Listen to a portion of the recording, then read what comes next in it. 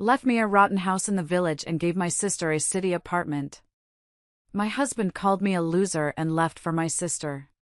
Broken alone, I went to the village. When I walked into the house, I froze. They say revenge is a dish best served cold, but nobody told me it could be served from beyond the grave. The rain hammered against the cracked windows of the abandoned house as I stood in what used to be my grandmother's living room, my hands trembling around a letter that would change everything. Behind me, the floorboards creaked ominously, as if the house itself was trying to tell me something my dead grandmother had hidden for 30 years. My husband was gone. My sister had taken everything. But as I read those yellowed pages by the light of my phone's flashlight, I realized that sometimes the greatest victories come to those who appear to have lost it all. The house around me wasn't rotting. It was waiting. It all started 3 months earlier. I sat in a stiff, leather-backed chair in a lawyer's office, wearing my only good dress. It was a simple black sheath, the same one I'd worn to Grandma Mildred's funeral just a week before. I'd noticed that morning that the fabric was starting to pill at the elbows, but it was all I had left that looked respectable. Everything else in my closet was faded from too many washes, comfortable things for my quiet life. This office was not comfortable. It was all dark wood and expensive rugs that muffled every sound. It smelled like old leather and, to me, it smelled like disappointment. I just sat there, my hands folded in my lap, feeling small. The door to the conference room opened, and my sister Brenda glided in, 20 minutes late. She didn't just walk, she glided. Her designer heels clicked against the marble floor like a countdown to my doom. Brenda looked perfect, as she always did. Her blonde hair was styled in those effortless-looking waves that I knew cost more than my monthly grocery budget. She wore a cream-colored blazer that probably cost more than my car. When she sat down, she didn't even look at me. She just pulled out her phone, a new one, of course, and started scrolling. I could see the reflection of a social media feed in her sunglasses, which she hadn't bothered to take off. "Sorry I'm late," she said to the room, not to me. There wasn't a trace of actual apology in her voice. Traffic was just insane coming from downtown. I wanted to tell her that maybe if she'd left her penthouse apartment 5 minutes earlier, she wouldn't have been late to our grandmother's will reading. But I bit my tongue. I always bit my tongue when it came to Brenda. Ever since we were kids, she was the star, and I was the stagehand. She was the one who got the applause, and I was the one who held her coat. It was just how things were. Mr. Oswald, Grandma Mildred's ancient lawyer, cleared his throat. The man looked like he'd been practicing law since the Constitution was signed. He adjusted his wire-rimmed glasses and peered at us over a thick folder. "Ladies, thank you for coming," he said, his voice dry as old paper. Mildred Montgomery was very specific about how she wanted her inheritance divided. She was very specific about many things. He opened the folder and pulled out several documents. My heart started to pound. This was it. This was the moment that would decide, well, everything. My husband, Warren, and I had been struggling. He'd been passed over for a promotion again, and the bills for our small apartment were piling up. A little something from Grandma Mildred would be a lifesaver. Mr. Oswald looked at my sister. "Brenda, as the elder granddaughter, you inherit the 3-bedroom apartment on Riverside Drive, along with all furnishings, jewelry, and the contents of her savings account, approximately $340,000.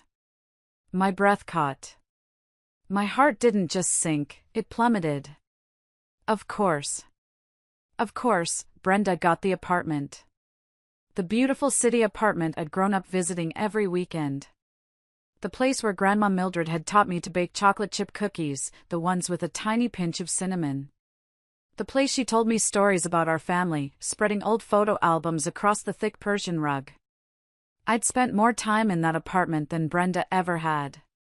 She was always too busy, first with her sorority, then her career, then her perfect, shiny life. I tried to keep my face neutral, staring at a water stain on the wooden table. I felt Brenda shift next to me, a small, satisfied sound, like a cat purring. "And Judith," Mr. Oswald continued, and I looked up, my heart flickering with a desperate, stupid hope. Maybe there was something left for me. A small savings bond. Her car. Anything. Maybe Grandma Mildred hadn't forgotten about me entirely. You inherit the family house in Millbrook Village, he said, along with all its contents and the surrounding 2 acres of land. There was a moment of complete silence. I just stared at him. Millbrook Village? Brenda snorted. It wasn't a laugh, it was a sharp, ugly burst of air. The old dump in the middle of nowhere, she said, finally taking off her sunglasses just so she could roll her eyes at the ceiling. Grandma, you really saved the best for last, didn't you? She was talking to the ceiling, as if Grandma Mildred could hear her sarcasm from beyond the grave.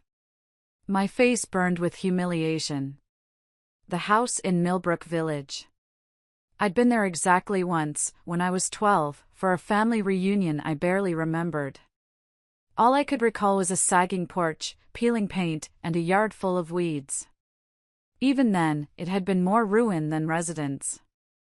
No running water, my dad had complained. Holes in the roof. And surrounded by nothing but empty fields and abandoned farms. It was worthless. A joke. There's one more thing, Mr. Oswald said, his voice softer now. He was looking at me, and I saw something in his eyes I hated, pity. He slid a sealed envelope across the table. It was thick, creamy parchment, yellowed with age, and sealed with red wax.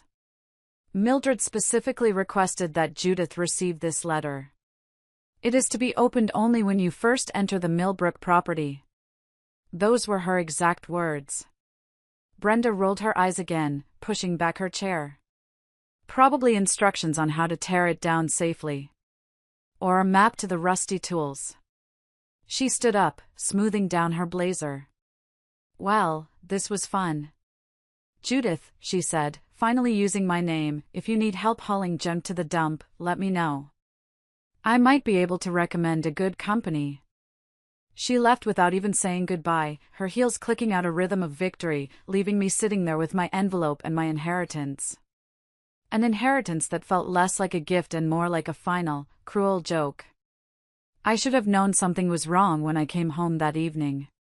The dread that had settled in my stomach at the lawyer's office had only gotten heavier, and I just wanted to curl up on the sofa with my husband, Warren, and complain. I wanted him to wrap his arms around me and tell me Brenda was awful and that everything would be okay. But when I walked into our apartment, it was too quiet. The TV wasn't on. I couldn't hear him typing at his computer in the spare room. Warren? I called out, dropping my keys in the ceramic bowl by the door. No answer. I walked down the short hallway to our bedroom, and my heart stopped. He was there. But he wasn't watching TV or reading. He was standing in front of his open closet, and on our bed were 2 large suitcases, open and half full. He wasn't just throwing clothes in a bag for a business trip. He was packing. He was carefully folding his dress shirts and rolling his socks, the kind of careful, methodical organization that spoke of permanence. Going somewhere? I asked. I was trying to keep my voice light, but it came out as a squeak. The dread in my stomach turned into a cold, hard stone. Warren didn't look up. He continued folding a blue sweater, the one I'd bought him for his birthday 2 years ago. We'd been married for 8 years, and I knew all his expressions. This was his difficult conversation face. It was the same one he wore when he had to tell an employee they were being let go, or when he had to negotiate a contract he didn't like. It was his no-emotion face. We need to talk, he said. Those 4 words. They hit me like a physical blow. I sat down heavily on the edge of our bed, right next to the suitcase. Our bed. The one we'd picked out together at a furniture store during our 2nd year of marriage. We'd spent an entire Saturday debating thread counts and firmness levels, laughing like they were the most important decisions in the world. The irony wasn't lost on me that he was now packing to leave me from the very bed we'd chosen together. I've been doing some thinking, Judith, he continued, finally closing one of the suitcases. He zipped it up. The sound was horribly final. And I don't think this marriage is working out. What do you mean, it's not working out? The words came out sharper than I intended, but I felt like I was drowning. Warren, we're married. We just had a bad day. I had a bad day. The will reading, it was awful. I tried to explain. Brenda got everything. The apartment, the money. All I got was that crumbling old house in Millbrook. But maybe it's not so bad. Warren, we could fix it up. Maybe use it as a vacation home. Or sell the land. It's 2 acres. He finally looked at me. He stopped packing and looked right at me, and I saw something in his eyes I'd never seen before. It wasn't anger. It wasn't sadness. It was something worse. It was pity. The same look Mr. Oswald gave me. Judith, he said, his voice flat. You inherited a shack in the middle of nowhere. A worthless, rotting shack. Brenda got a luxury apartment in the city center and enough money to live comfortably for years. Do you see the difference? So, this is about money, I whispered.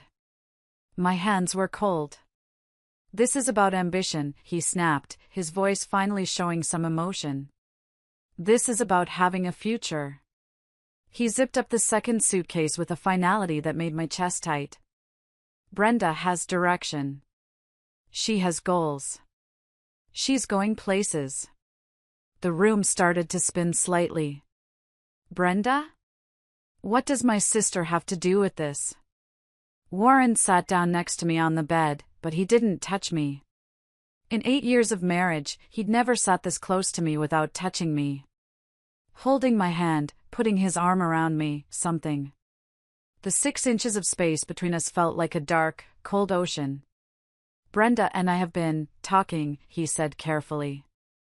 She's offered me a position at her marketing firm. Senior partner. Starting immediately. It's everything I've been working toward, Judith. A real shot. A massive salary increase. And she needs someone she can trust, someone who understands her vision. I just stared at him. I was waiting for the punchline. Waiting for him to tell me this was some elaborate, cruel joke. But his face remained serious, almost businesslike. Warren, she's my sister. I know that. And I know this is difficult, but Judith, look at yourself. Really, look. He gestured vaguely at me, and I became suddenly aware of my appearance. My hair was in a messy bun because I hadn't had time to style it before the lawyer's appointment. My good dress was wrinkled from sitting in that horrible office. My shoes were scuffed. You've given up, he continued, his voice cold again. You work at that little bookstore, making barely above minimum wage. You come home tired every day and watch Netflix until you fall asleep. When was the last time you had a real ambition, Judith? When was the last time you wanted something more? Each word felt like a slap. Because the terrible, horrible thing was, he wasn't entirely wrong. I had been coasting. I had been comfortable in our small life. But I thought we were comfortable. I thought he was comfortable, too. I wanted us, I whispered, the tears finally coming. I thought that was enough. It's not enough for me anymore. He stood up and grabbed his suitcase handles. Brenda is picking me up in 20 minutes. I'll send for the rest of my things later. Brenda is picking you up. The betrayal hit me in waves. First, the realization that they'd been talking behind my back. Then, the understanding that they'd planned this. This whole conversation. And finally, the crushing, sickening knowledge that my husband was leaving me for my sister. It's not like that, Warren said quickly, seeing the look on my face. It's not romantic. It's business. It's a promotion. But I could see the lie in his eyes. Maybe it had started as business. Maybe they'd convinced themselves it was just professional. But I knew my sister. And I knew that look on Warren's face. She'd gotten her claws into him, the same way she'd gotten everything else she'd ever wanted. 8 years, I said, more to myself than to him. We were married for 8 years. I'm sorry, Judith. I really am. He walked toward the door, then turned back. You'll be fine. You've got your grandmother's house. Maybe a fresh start is exactly what you need. He left. He just walked out the door and left me sitting on our bed, in our apartment, an apartment that I now realized I wouldn't be able to afford on my own, staring at the empty closet space where his clothes used to hang. 20 minutes later, I watched from our bedroom window. A bright red BMW pulled up outside our building. Brenda's car. Warren walked out with his suitcases and his laptop bag, moving with the quick, efficient steps of someone who couldn't wait to start his new life. Brenda got out of the car to help him with his bags. And even from 3 floors up, I could see her smile. The same smile she'd given me in the lawyer's office when she'd found out about my worthless inheritance. The smile that said she'd won. Again. As they drove away together, I realized that my grandmother's house in Millbrook Village wasn't just my inheritance. It was my only option. I spent the next week in a haze. It felt like planning my own funeral. I had to call our landlord and break the lease, paying a massive penalty that ate up most of my meager savings. I had to call the utility companies. I had to put an ad on Craigslist. That was the worst part. Selling our furniture. Watching strangers come into our home, and haggle over the price of the sofa we'd watched movies on. A man argued with me over $10 for the coffee table where I'd put my feet up every night. A young couple bought our dining set, the one we'd eaten exactly 3 dinners at. I felt like a ghost, just watching pieces of my life get carried out the door. I kept the bed. I couldn't sleep on it, I slept on the sofa, but I couldn't bring myself to sell it. Not yet. I gave my notice at the bookstore. My boss, a kind woman named Mrs. Gable, looked at me with sad eyes. A divorce and a move? Oh, Judith, honey. Are you sure you'll be all right? I'll be fine, I lied. I just need a fresh start. That seemed to be the theme. After selling everything, I had just enough money to buy a truck. It was a 15-year-old Ford, dark green, with rust spots on the fenders and a radio that only picked up AM stations. But it was mine. The first thing I'd owned outright since my college textbooks. There was something strangely liberating about that, even if the liberation came wrapped in the complete collapse of my life. I packed what was left, my clothes, a box of books, the few kitchen supplies the Craigslist people hadn't wanted, and the bed. I had to pay 2 guys to help me get the mattress down the stairs. The drive to Millbrook took me through increasingly rural landscapes. First, the suburbs gave way to small towns. Then the small towns gave way to farmland. Then the farmland gave way to something that looked like it had been abandoned by time itself. Empty fields stretched to the horizon, broken only by the occasional derelict barn or a farmhouse with broken windows staring out like dead eyes. I'd called ahead to have the electricity turned on, but the phone company told me service to that address had been disconnected for over 20 years. There was no municipal water, they said. No sewer. No cell towers either. I was driving into what felt like another century. The GPS on my phone lost its signal about 10 miles before Millbrook Village, just as the nice lady at the phone company predicted. I was left navigating by a hand-drawn map Mr. Oswald had provided. Turn left at the dead oak tree. Continue past the abandoned gas station. When you see the stone bridge, you've gone too far. It felt like directions to a fairy tale. Or a nightmare. Millbrook Village turned out to be a generous description for what was essentially 3 buildings and a stop sign. There was a post office that looked like it had been closed since the Clinton administration, a general store with newspapers in the window that were yellowed with age, and a diner that might have served food sometime in the 1990s. There wasn't a single person in sight. The house was 2 miles past the village, down a dirt road that seemed to exist mainly as a suggestion. My truck bounced and rattled over potholes that could have swallowed small cars. Tree branches scraped against the windows like fingernails on glass. When I finally saw it, I almost drove right past. The house squatted in the middle of an overgrown field, just like something out of a horror movie. The roof sagged in the middle. Several of the windows were boarded up with plywood that had weathered to a gray that matched the storm clouds gathering overhead. The front porch tilted at an angle that suggested the foundation had given up trying to support it years ago. My fresh start, I whispered to the empty truck. But it was mine. For better or worse, it was the only thing in the world that belonged to me. I parked the truck and sat for a long moment, just listening to the engine tick as it cooled. There were no other sounds. No traffic, no neighbors, no signs of human life for miles. Just the whisper of wind through the tall grass and the distant rumble of thunder.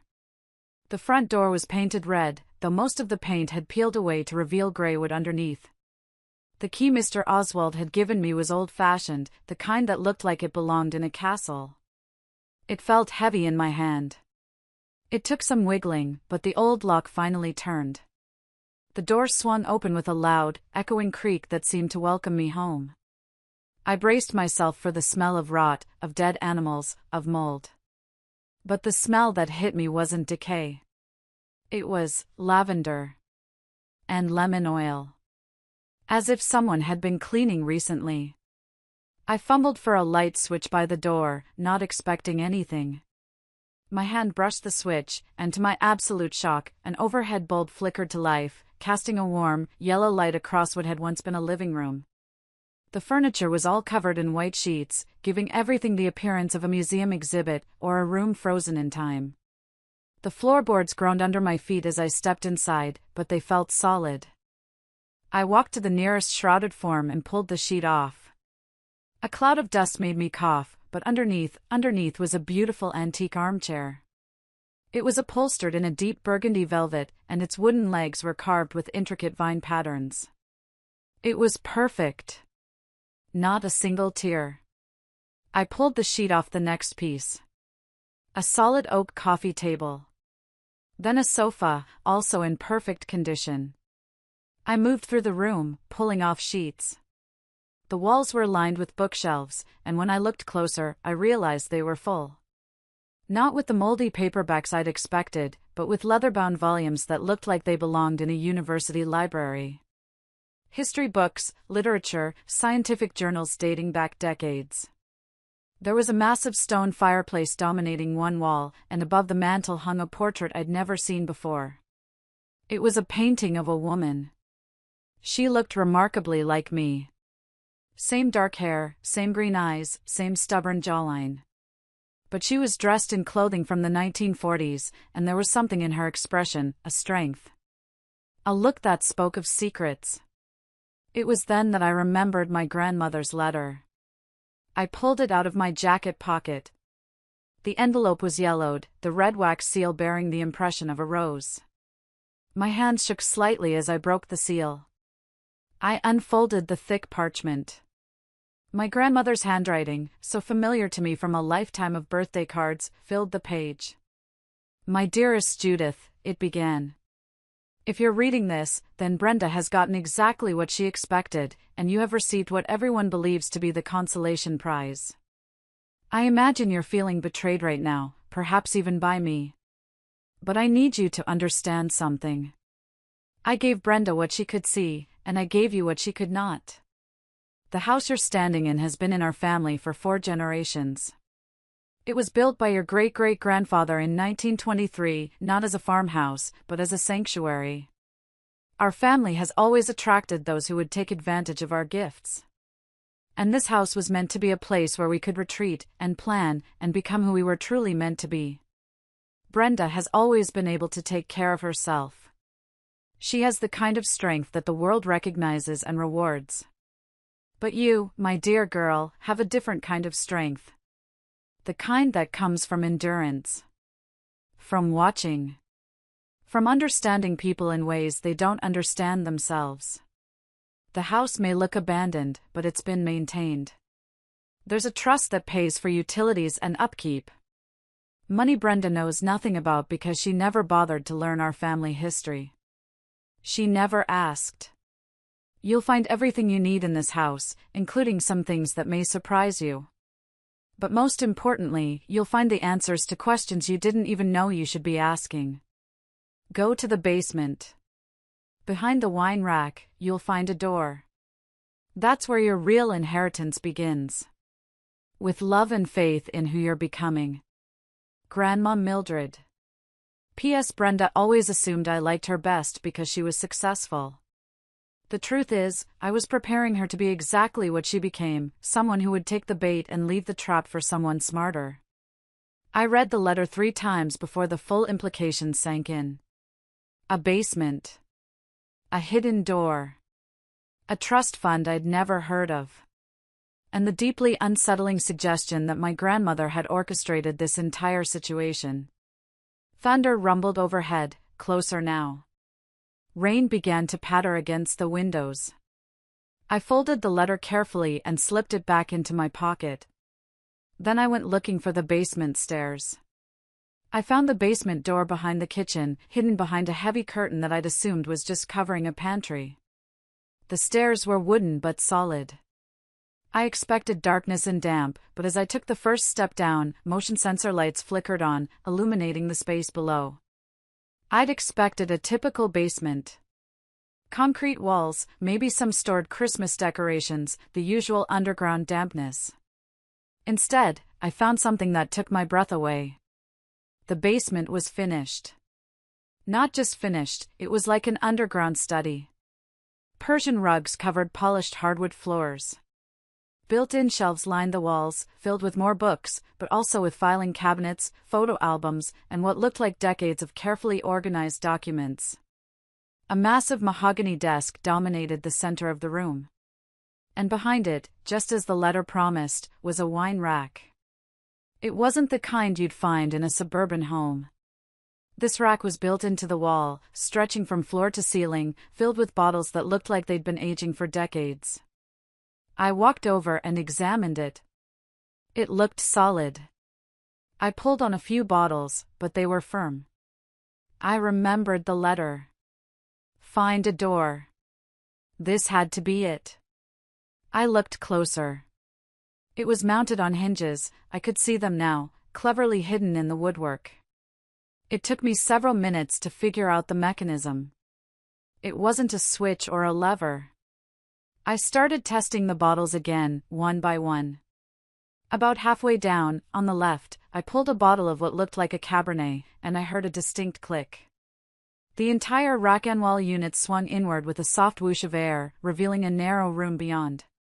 What I found in that hidden room made me sit down heavily in my grandmother's desk chair. The room was an office, but not just any office. This was the office of someone who had made it her business to know things. Filing cabinets lined 3 walls, each drawer meticulously labeled with dates and names. A computer, much newer than anything else in the house, hummed quietly on a small desk. And covering the 4th wall was what I can only describe as a conspiracy theorist's dream. A massive corkboard, taking up the entire wall, was covered with photographs, documents, newspaper clippings, and colored string connecting various pieces of information. But this wasn't the work of someone chasing imaginary connections. As I got closer and began reading, I realized that my grandmother, my sweet, cookie-baking Grandma Mildred, had spent decades documenting the lives and business dealings of people in our city. Politicians. Business owners. Social leaders. Anyone with power and influence. And she hadn't just been collecting information randomly. She'd been building cases. I pulled down one of the files at random.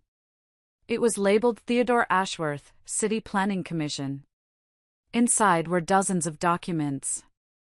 Photographs of Ashworth meeting with construction company executives. Copies of bank records showing payments that didn't match his city salary. Recorded conversations about zoning decisions being made in exchange for cash payments. Another file contained evidence that a local judge had been taking bribes to influence custody decisions. Another documented a network of doctors who were prescribing unnecessary surgeries to boost their income. My grandmother had been running some kind of one-woman investigation operation for 30 years. And from what I could see, she'd never acted on any of the information. She just collected it, organized it, and waited. On the desk next to the computer was another handwritten note in my grandmother's careful script. Judith. The files are organized chronologically. Start with the most recent and work backwards. Everything you need to know about how to use this information is in the computer. The password is your birthday. Month, day, year. No spaces. Trust your instincts. Trust your anger. And remember that sometimes the best revenge is simply giving people the truth they thought they could bury. Mildred. I turned on the computer and entered my birthday. The desktop that appeared was organized with military precision. Folders labeled active cases, pending investigation, evidence archives, and distribution networks. But the folder that caught my attention, the one that made my blood run cold, was labeled Brenda and Associates. With trembling fingers, I clicked it open. The file on my sister was massive. It was easily 3 times larger than any of the others I'd glimpsed. It started with her early career and went right up to the present day. It documented a pattern of behavior that made my stomach turn.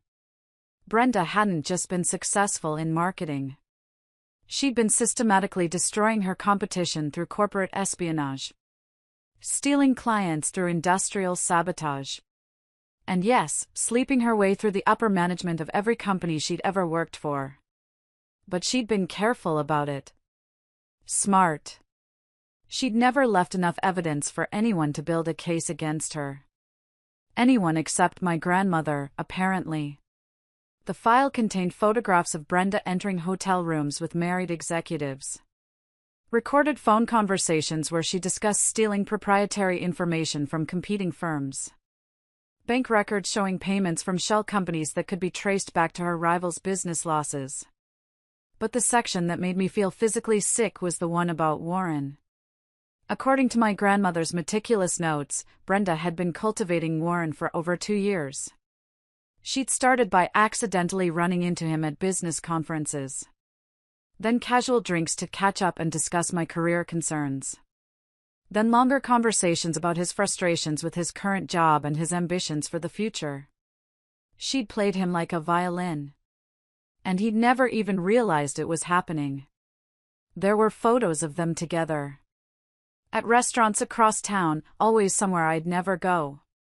Always on nights when I thought Warren was working late or attending client meetings.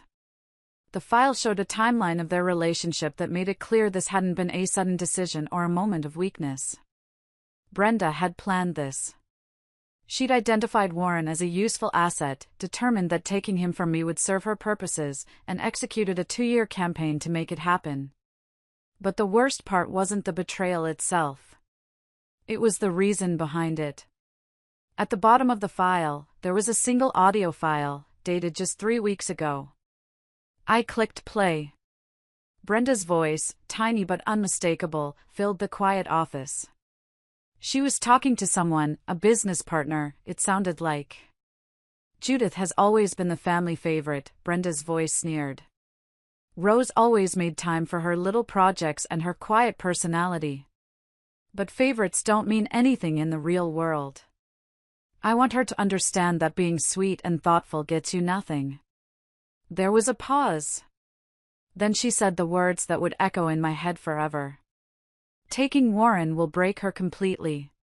And when she's broken, she'll disappear. Maybe move away, maybe just fade into the background where she belongs. Either way, she won't be around to make me look bad anymore. I listened to that recording 3 times.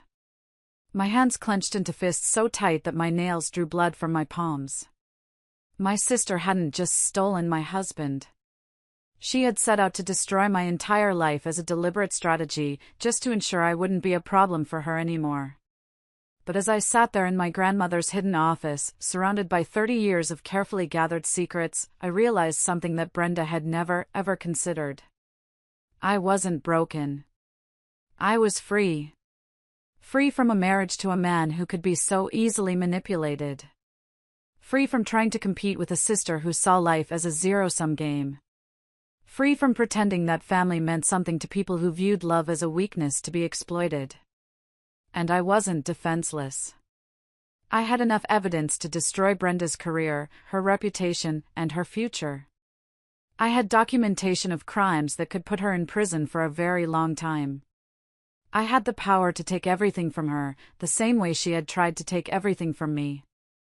As I explored more of my grandmother's files, I realized she'd left me something even better than just evidence of Brenda's crimes. She'd left me the tools. The folder labeled Distribution Networks contained detailed instructions for something my grandmother had called the network. It was a carefully cultivated group of contacts. Journalists, law enforcement, and business leaders who had been waiting for years to receive the information she'd been gathering.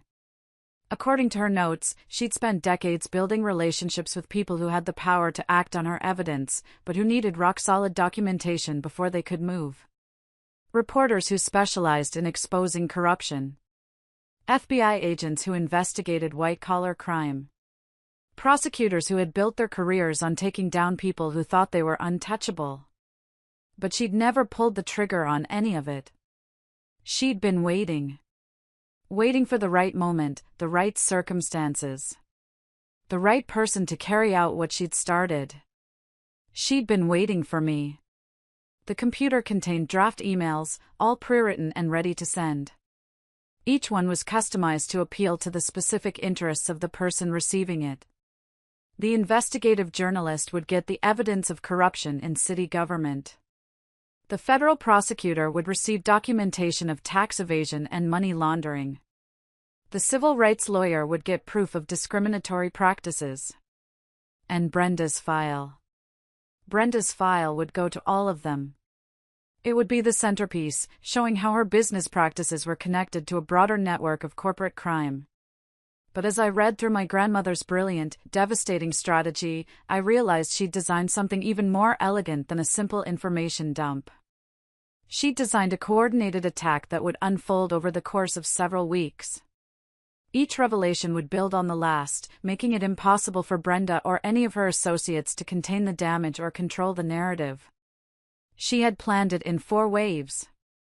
Wave 1, business journalists would receive evidence of insider trading and corporate sabotage. Brenda would wake up to headlines questioning her business practices, but nothing she couldn't potentially weather with good lawyers. Wave 2, while she was dealing with reporters, federal investigators would receive the evidence of tax evasion and fraud. She'd suddenly find herself facing IRS audits and FBI inquiries that would freeze her assets. Wave 3, local prosecutors would receive evidence of criminal activity that would result in actual charges being filed. By this point, she'd be financially paralyzed and facing serious jail time. And the final wave, the one that made me smile, social media accounts and gossip bloggers would receive the personal information. The photos. The recorded conversations. The evidence of her systematic destruction of personal relationships. This would destroy her reputation beyond any hope of recovery. It was brilliant. It was comprehensive. And it was absolutely devastating. But as I sat in that underground office, I realized there was something else I needed to do first. My grandmother had given me the gun and the bullets, but I needed to add one more of my own. I needed to make sure Warren and Brenda both understood exactly what they'd done. And I needed to get them to hang themselves with their own words. The next morning, I drove back to town. It felt different this time. I wasn't a victim fleeing, I was a soldier on a mission. I drove to the nearest Best Buy and bought a digital recorder, a tiny one, small enough to fit in my purse. Then I parked across the street from Brenda's building. Her red BMW was in its assigned spot. I called Warren's cell. He answered on the third ring, sounding slightly out of breath, like he'd been busy. Judith? Is everything okay? I'm fine, Warren, I said, forcing my voice to be small and a little sad. I wanted to talk to you about dividing some of our things. There are a few items from the apartment I'd like to keep, sentimental value, you know. Oh, of course, he said, sounding relieved. Relieved that I wasn't screaming. Relieved that I wasn't begging him to come back. That's very reasonable of you, Judith. What did you have in mind? Could we just meet for coffee? Somewhere neutral? I promise I'm not going to make a scene. There was a pause. I could hear him thinking, weighing the options. How about that place downtown? Brewster's? Tomorrow at 2? Perfect, I said. And Warren? Thank you. Thank you for being civil about this. I know the situation is complicated. After I hung up, I spent the rest of the day preparing. I went to a diner, ordered a coffee I didn't drink, and just sat in a booth, practicing in my head. That evening, I called Brenda's office number. I knew she'd be working late. She always worked late, especially when she was in the middle of a big project. And stealing someone's husband and business partner, I figured, definitely qualified as a big project. She answered on the first ring. Victoria Montgomery, how can I help you? Her voice was crisp, professional. Brenda, it's Judith. Her voice immediately became guarded. Judith. What is it? I was hoping we could talk. About the inheritance. About Warren.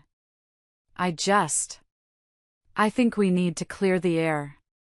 Judith, I want you to know that Warren and I know what you and Warren are, I interrupted, letting a little tremor into my voice. I'm not calling to fight about it. I'm calling because you're my only family left, Brenda. I'm calling because I don't want to lose my sister, too. This seemed to surprise her. You're not angry? I'm hurt, I said, letting a tear roll down my cheek for effect, even though she couldn't see me. I'm so hurt, Brenda. But I'm also realistic.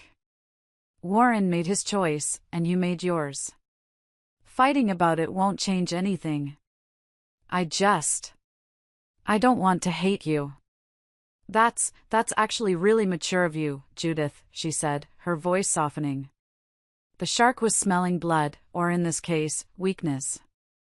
I was wondering if maybe we could have lunch this week? Just us. I'd like to hear about your new business partnership. And I'd like to tell you about the house. It's actually not as bad as we thought. Really? I could hear the curiosity in her voice. Really? Grandma apparently had a trust fund that's been maintaining it. It's actually quite charming, in a rustic way. We arranged to meet for lunch on Friday. An upscale restaurant downtown, of course. The kind of place Brenda loved because it made her feel important. After I hung up, I sat in my truck for a long time. Then I drove back to Millbrook, to my fortress. Warren would get his meeting tomorrow.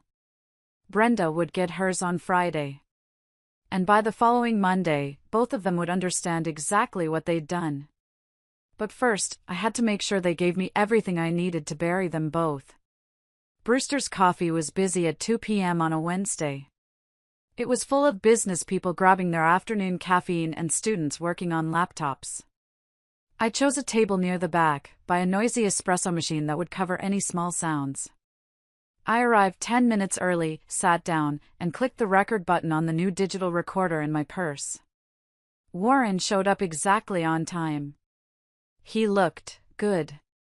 He was wearing a new shirt I didn't recognize and he looked uncomfortable but determined. He was trying to strike a balance, not a full business suit, but not casual. He was trying to look respectful. You look good, Judith, he said as he sat down across from me. The country air must agree with you. Thank you, I said softly. You look successful. And he did. There was a new confidence to him. Being wanted by Brenda Montgomery had given him a glow of self-importance. We made small talk while he got his coffee. I let him take the lead, playing the role of the reasonable ex-wife who just wanted things to be fair. Judith, he said finally, leaning forward slightly, his voice low. I need you to know, what happened between Brenda and me, it wasn't planned. I know, I lied. I activated the recorder. I mean, we talked before, at family events, you know? But it was always just polite. I never thought of her as anything other than your sister. What changed? I asked, taking a sip of water. Warren ran his hand through his hair, a nervous gesture I'd seen 1,000 times. She started calling me for advice. Business things. Marketing strategies, client management. She said she valued my opinion. That must have been flattering. It was, he admitted. And then she started inviting me to industry events, networking opportunities. You know how she's always been good at that. We'd have drinks afterwards, just to decompress. She's incredibly insightful, Judith. She can read people in ways I never could. She's always been good at reading people, I agreed. Exactly.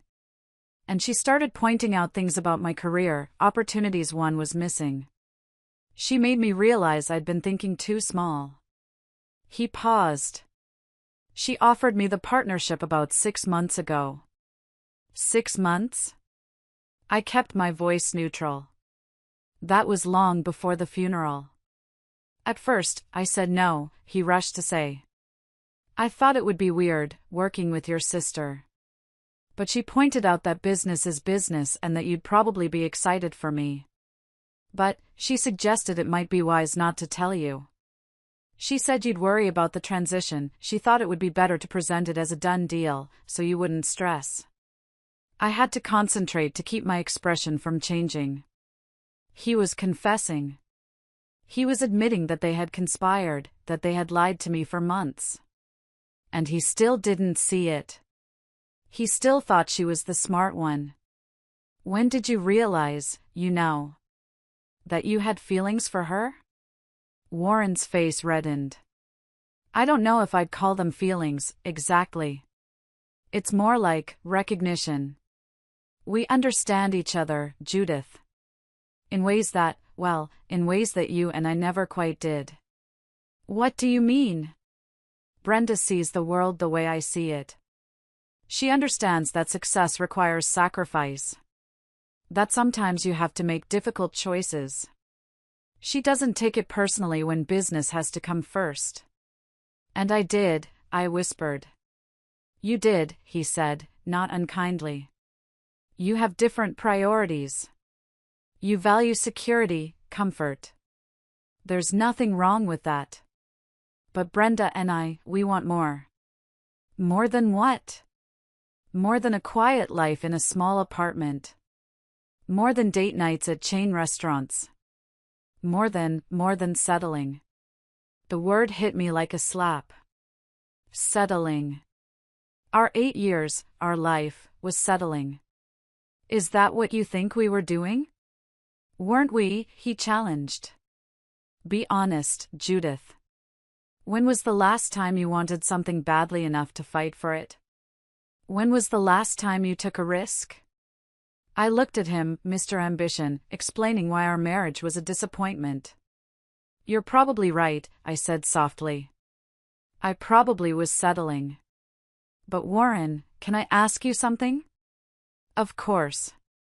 Do you really think Brenda wants you for you?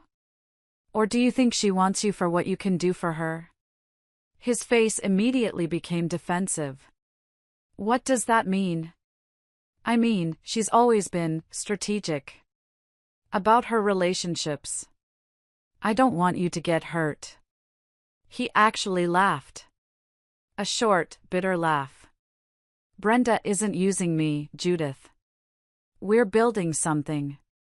A real partnership. Both business and personal. She sees potential in me that I never even saw in myself. What kind of potential? The kind that can make serious money, he said, his eyes gleaming. The kind that can build an empire. Do you know what her 5-year plan looks like? She's going to own 3 firms, have offices in 5 cities, and she wants me to be part of that. That sounds incredible. It is incredible, he said, leaning back, triumphant.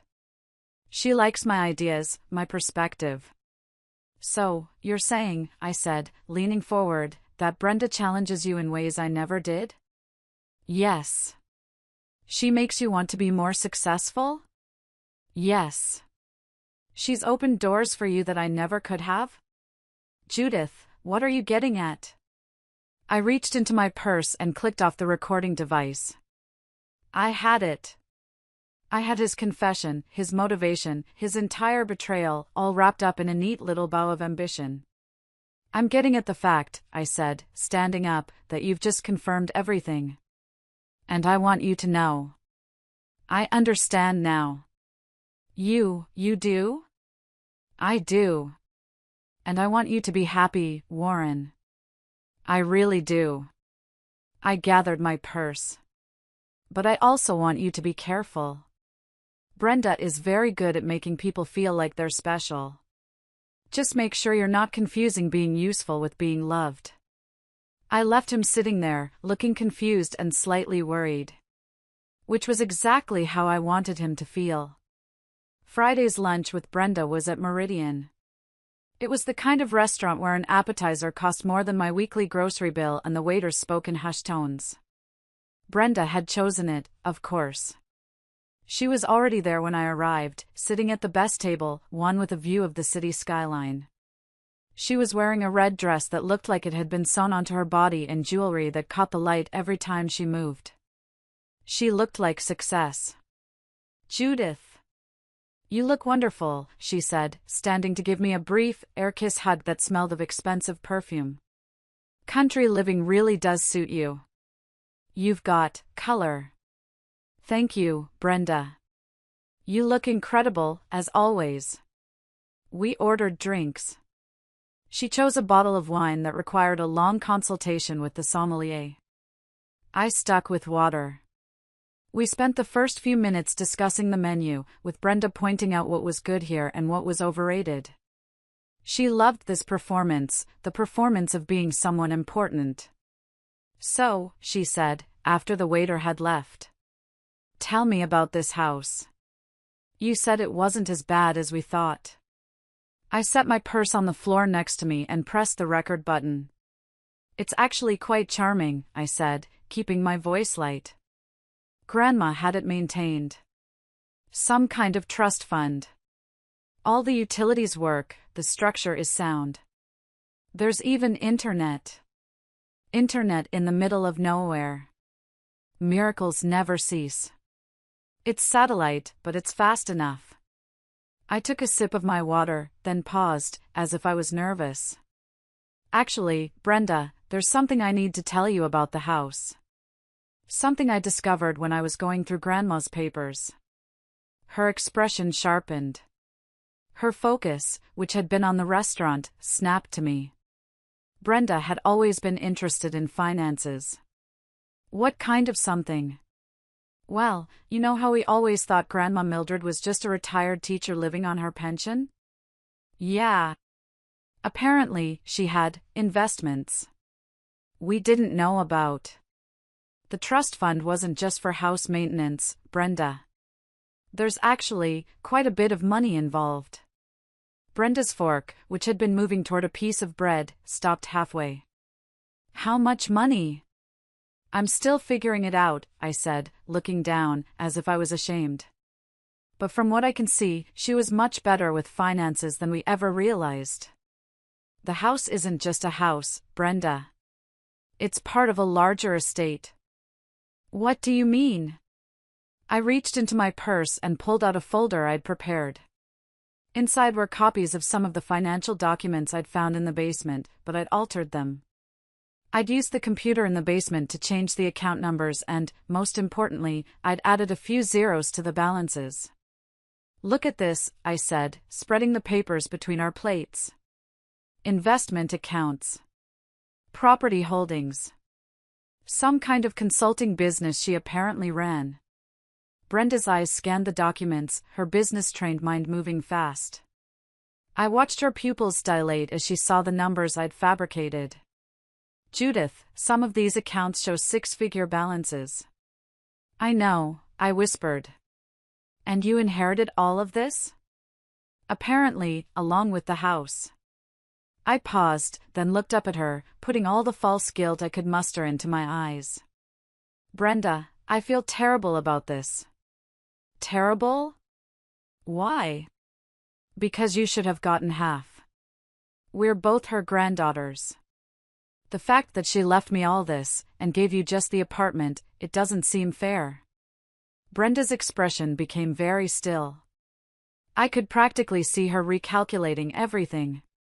"What are you saying?" "I'm saying, maybe we should talk about redistributing things. I never expected any of this. And I know you had certain assumptions about the inheritance. How much money are we talking about, Judith? Total." I took a deep breath. "I'm not sure yet. I'm still finding accounts. But, conservatively? Probably close to 2 million. The number hit her like a physical blow. I watched her face cycle through surprise, anger, and then pure, cold calculation. $2 million. At least, I said. And Grandma left all of it to you. She left all of it to whoever inherited the house, I corrected. It's a complete shock.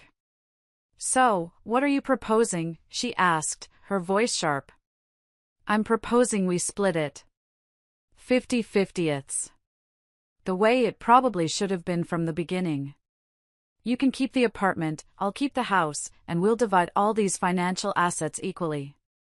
Brenda was quiet for a long moment. That's very generous of you, Judith. You're my sister. Family is more important than money. But, she said, her business mind kicking in, there would need to be legal documentation. Property transfers. Account changes. We need to do a complete audit of all the assets before we divide anything. Make sure we have the full picture. Of course, I said, agreeing eagerly. Absolutely. I want everything to be fair and transparent. Good, she said, nodding slowly. When were you thinking we'd start this process? Well, that depends. I know you're busy with your new business venture. Her expression became guarded. Warren told you about the partnership. He mentioned it. I think it's wonderful. That you two found each other, professionally. It is just professional, Judith. I want you to know that. I know, I said, smiling warmly. Warren explained the whole situation. How you've been helping him network, how the opportunity developed. It's actually a very smart business strategy. What do you mean? Well, Warren has the exact experience your firm needs, and you have the capital to give him a platform. It's a perfect complementary partnership. Brenda relaxed, a smug smile playing on her lips. Exactly. It's about maximizing our respective strengths. Plus, Warren is incredibly talented. He is, I agreed. And I'm sure having someone he can trust completely makes it all much easier. It does, she said. Trust is so important in business. You need to know your partner has your back. That they're not going to use your vulnerabilities against you. Absolutely, I said.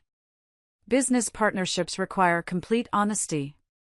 We finished lunch, with Brenda insisting on several layers of legal oversight and financial auditing for our inheritance redistribution. I agreed to everything.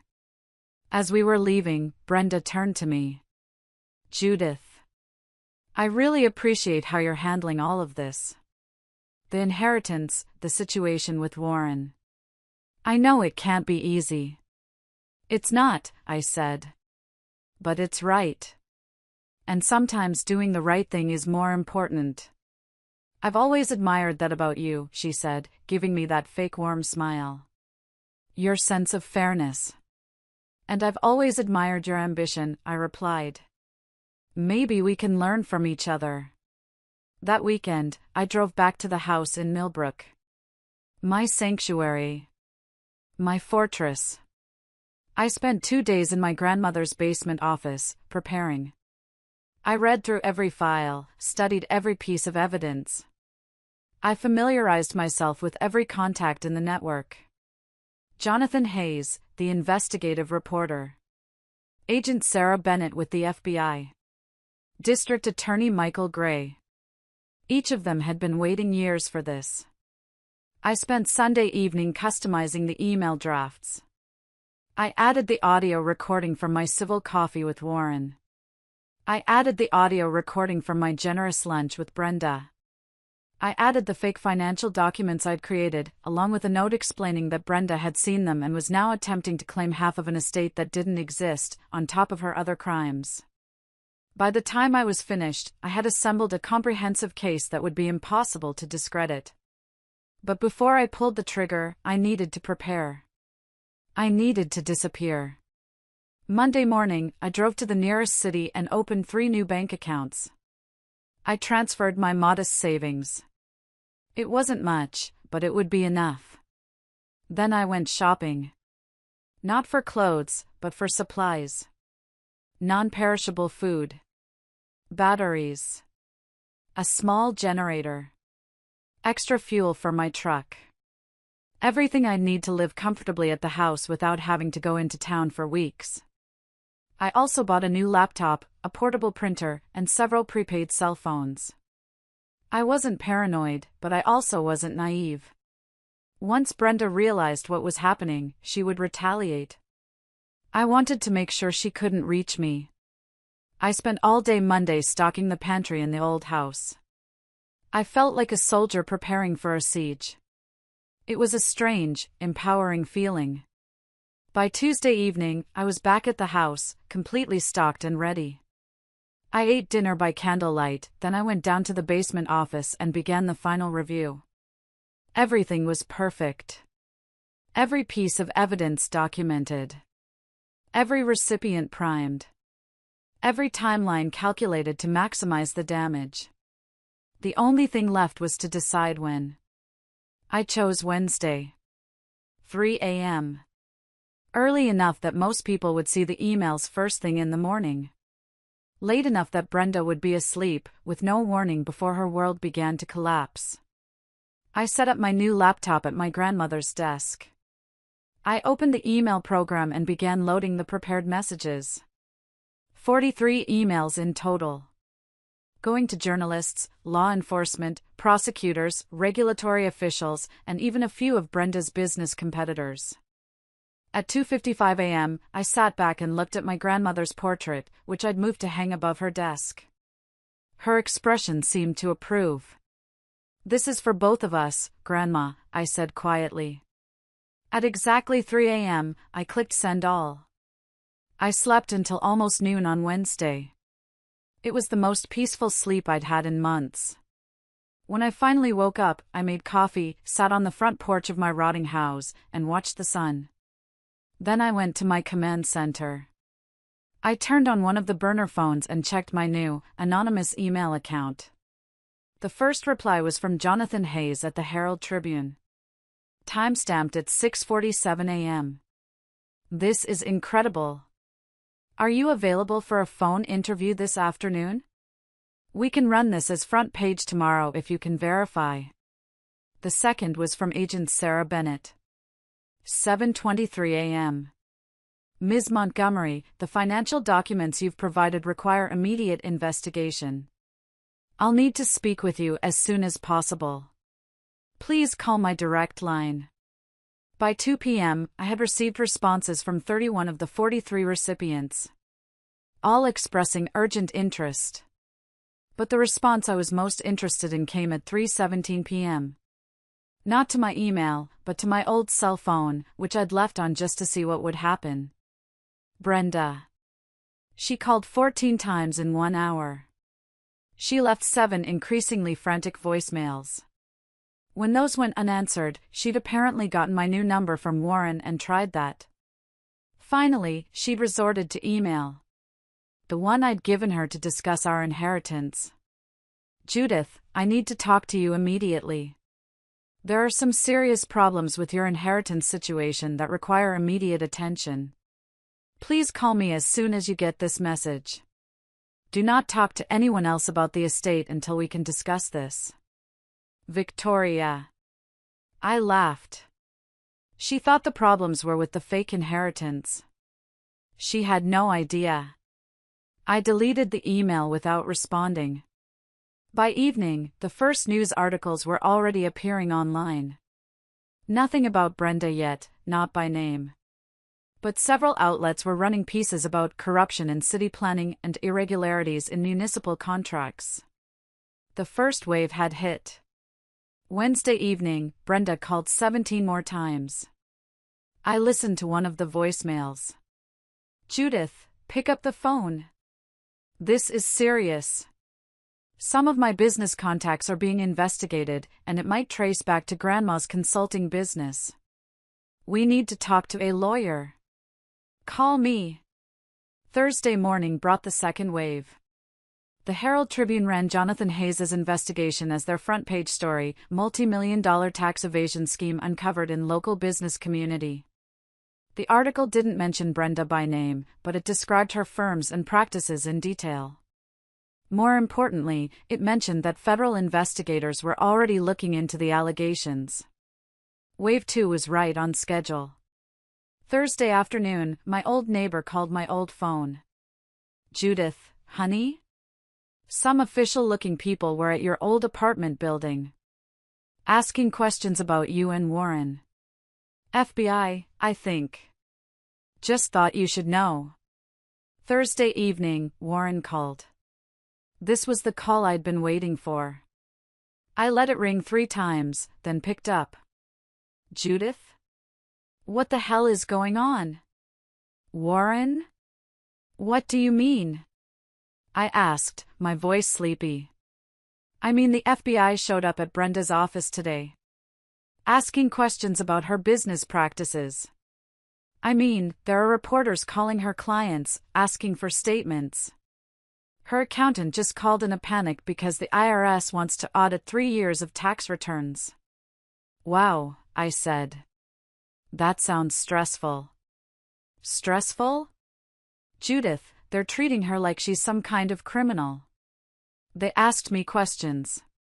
About insider trading. About money laundering. They wanted to know about shell companies and offshore accounts. Gosh, Warren. Do shell companies and offshore accounts have something to do with Brenda's business? No. Of course not, he yelled. But they seem to have information suggesting otherwise. Very, very specific information. The kind that could only come from someone with access to her private files. I was quiet for a moment. Letting him get there. Judith, are you suggesting someone betrayed her? I'm suggesting, he said, his voice dropping, that someone is trying to destroy her. And the timing is awfully convenient. Convenient how? Convenient that this is all happening right after she offered to split an inheritance with you. Convenient that you suddenly became so understanding about our relationship. Convenient that you seem remarkably calm. I am calm, I said. I found out the woman who stole my husband has been running a criminal enterprise. Why wouldn't I be calm about that getting exposed? She didn't steal me. And she's not running a criminal enterprise. Really? Because the FBI seems to think otherwise. Warren was quiet for a long moment. When he spoke again, his voice was different. Smaller. Judith, please. If you know something about this, you need to tell me. Brenda, she's not handling this well. She's been awake for 36 hours. She's convinced someone has been spying on her. Has someone? I don't know. But she's pacing around, making calls to lawyers, trying to figure out how to stop this. Warren, I said, my voice cold. If Brenda hasn't done anything wrong, she has nothing to worry about. The truth will come out. And if she has done things wrong, she'll face the consequences. Judith, I know you're angry. Warren, I interrupted. I want you to think very carefully. You're asking me to help protect someone who systematically destroyed my life as part of a calculated business strategy. Someone who stole my husband just to see if she could. Someone who has apparently been breaking federal laws for years. She didn't destroy your life. Didn't she? I lost my husband, my home, my security. What would you call that? She said you'd been stuck. She said maybe losing some of the things holding you back would help you discover what you were really capable of. I almost laughed. Is that what she told you? That she was doing me a favor? And you believed that? He didn't answer. Warren, I said. I need you to understand something. Brenda didn't give me an opportunity. She gave me a motivation. There's a difference. What do you mean? I mean, everything that's happening to her is the direct result of choices she made. I didn't create the evidence against her.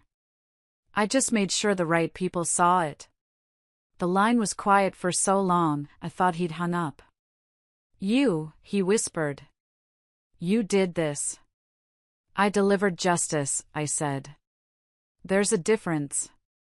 Judith, you need to stop this. Whatever you started. I can't stop it, Warren. It's not mine to stop anymore.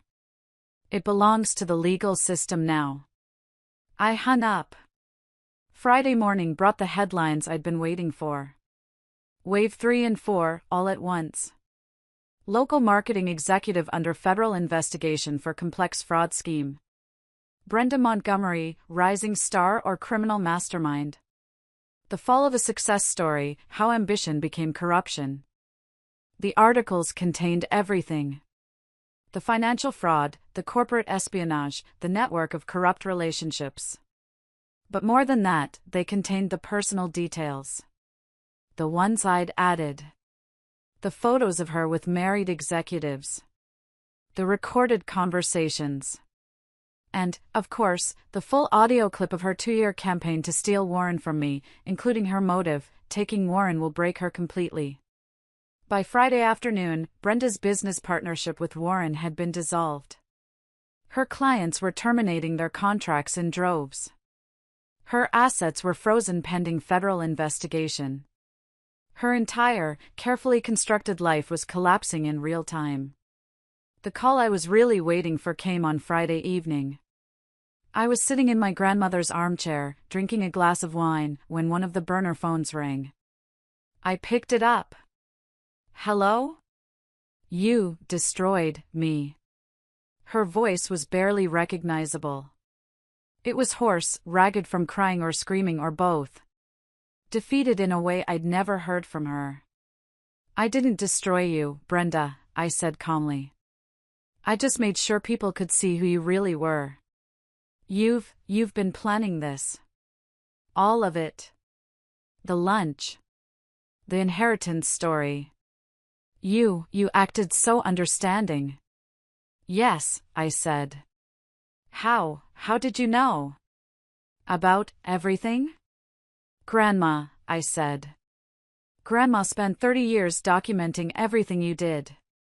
Every lie, every crime, every time you hurt someone for your own benefit. She was building a case against you, Brenda. She just needed the right person to pull the trigger.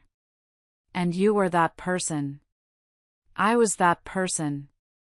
Brenda was quiet for a long moment. When she spoke again, her voice was different. Smaller, but somehow more dangerous. You realize what you've done, don't you?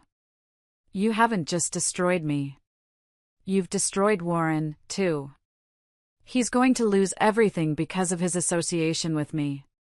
His career, his reputation, his future. All of it. Warren made his own choices, I said. He chose you. For 8 years, he chose you.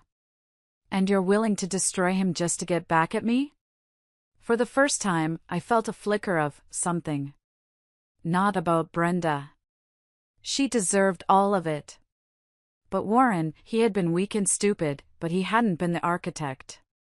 Warren will survive, I said finally. Not after this. Not after being connected to a federal fraud investigation. You know that.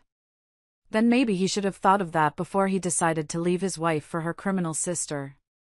Is this really who you want to be, Judith? Someone who destroys people? Is this really who you want to be, Brenda? Someone who plays the victim when her crimes catch up with her? You wanted success, and you were willing to do what it took. But you pretended to be good. Kind. Forgiving. And all the while, you were planning this. I am kind, I said. I am forgiving. But I'm not stupid. And I'm not weak. And I'm not willing to be a victim anymore. What do you want from me? She whispered, all the fight gone. An apology? You've got it. I'm sorry. I'm sorry I took Warren. I'm sorry I treated you like competition. I don't want an apology, Brenda. I want you to understand what you did. I understand, she shrieked. I hurt you and now you're hurting me back. An eye for an eye. No, I said, my voice very quiet. You systematically destroyed my life because you thought it would be entertaining. You stole my husband because you wanted to prove you could. You treated me like an obstacle. I've given you exactly what you earned. There's a difference. The line went quiet. What happens now? She asked. Now, you face the consequences. And you? She spat. You get to live with the knowledge that you destroyed your only family. No, Brenda, I said. I'll get to live with the knowledge that I finally stood up for myself. That I finally fought back. You sound just like me, she whispered. No, I said. I sound like someone who learned from you. There's a difference. This time, she did hang up. If you're still listening, if you've been on this journey with me, please help me by liking this video and commenting the number 1 down below. It lets me know that you're here, that you're absolutely amazing, and that you're with me. Your support is a huge encouragement, and it cheers me on more than you know. Just comment the number 1 so I can see you. And now, let me tell you what happened next. 6 months later, I was sitting in my grandmother's living room. The windows were new, the walls were painted a warm yellow, and the roof no longer sagged. The house had been transformed. I'd used some of the money from the real trust fund, the one just for maintenance, to fix it up. I'd planted a garden in the overgrown field. I'd learned to appreciate the silence. Brenda had been sentenced to 4 years in federal prison. Tax evasion, money laundering, conspiracy to commit fraud. They'd offered her a plea deal, and she'd taken it. Warren had avoided criminal charges, but his career in marketing was over. He was associated with Brenda's crimes, and no firm would touch him. The last I heard, he'd moved to another state and was working as a sales manager for a small company that had never heard of Brenda Montgomery. He'd called me once, about 3 months after Brenda's sentencing. I want you to know, he'd said, his voice flat, that I understand now. What she did to you. What she was doing to me. I see it. I'm glad, Warren. I also want you to know, he'd said, that I don't blame you for what happened to her. She made her choices. She did. But I do blame you, he said, for what happened to me. What do you mean? I mean, you could have found a way to destroy her without destroying me, too. You chose not to. You knew I'd lose everything when her empire collapsed, and you did it anyway. Yes, I said. I did. Why? I'd thought about this for months. Because you needed to learn that actions have consequences, Warren. Because you needed to understand that the person you hurt when you left me was a real person, not just an obstacle to your ambition. Because you needed to experience what it felt like to have someone you trusted destroy your life for their own benefit. And now I have, he'd said. And now you have. He'd hung up, and I'd never heard from him again. 2 years after I first walked into my grandmother's house, I was sitting at her desk in the basement office. My office. It turned out that having access to 30 years of investigative files and a network of contacts was incredibly valuable. I'd become a private investigator, specializing in white-collar crime. I helped people who had been victims of the same kind of systematic manipulation that Brenda had practiced. I was good at it. Partly because I understood how people like Brenda operated. And partly because I had no tolerance for people who used their power to hurt others. The house was a sanctuary, just as my grandmother had envisioned. The basement was my investigation center. The library upstairs was my meeting space. The guest bedrooms housed people who needed a safe place to stay while their cases were being resolved. I'd learned that kindness didn't mean accepting abuse. I'd learned that forgiveness didn't require allowing people to continue hurting you. I'd learned the difference between being good and being weak. Victoria wrote to me once from prison. A long letter, filled with apologies and reflections. She asked if we could work toward rebuilding our relationship when she was released. I read the letter 3 times. Then I filed it in a new folder, one I'd labeled Closed Cases. Some bridges are meant to stay burned. As I sat at my desk, working on a new case, I looked up at my grandmother's portrait. Her expression, which I'd once thought was enigmatic, now seemed clear. She wasn't smiling. But she looked satisfied. She looked like someone who had planted seeds and lived to see them grow. I understood that feeling now. The house that everyone had dismissed as worthless had become the foundation of a life I'd never imagined. My phone buzzed. It was a new client, a woman whose business partner had been stealing from her for years. Another person who needed help fighting back. I smiled as I typed my response. There was something deeply satisfying about using the skills Brenda had forced me to develop to help people like the person I used to be. That night, I raised my glass of wine in a silent toast. To Grandma Mildred, who had taught me that the best inheritance isn't money, but knowledge. To Brenda, who had shown me exactly what I didn't want to become. And to myself, for finally learning the difference between being defeated and being transformed. The woman who had once been a consolation prize had finally learned her true worth. And that knowledge, more than any revenge, was the victory that would last the rest of my life. Thank you for listening to my story. If it resonated with you, if you've ever felt underestimated, please share your own thoughts in the comments below.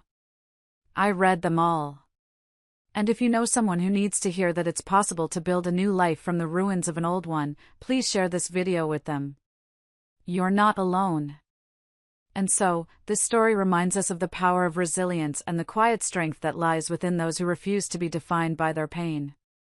Life often tests us in ways we cannot foresee, pushing us to the edge of our endurance. But it is in those moments of loss and betrayal that we discover our true worth, not through revenge, but through transformation.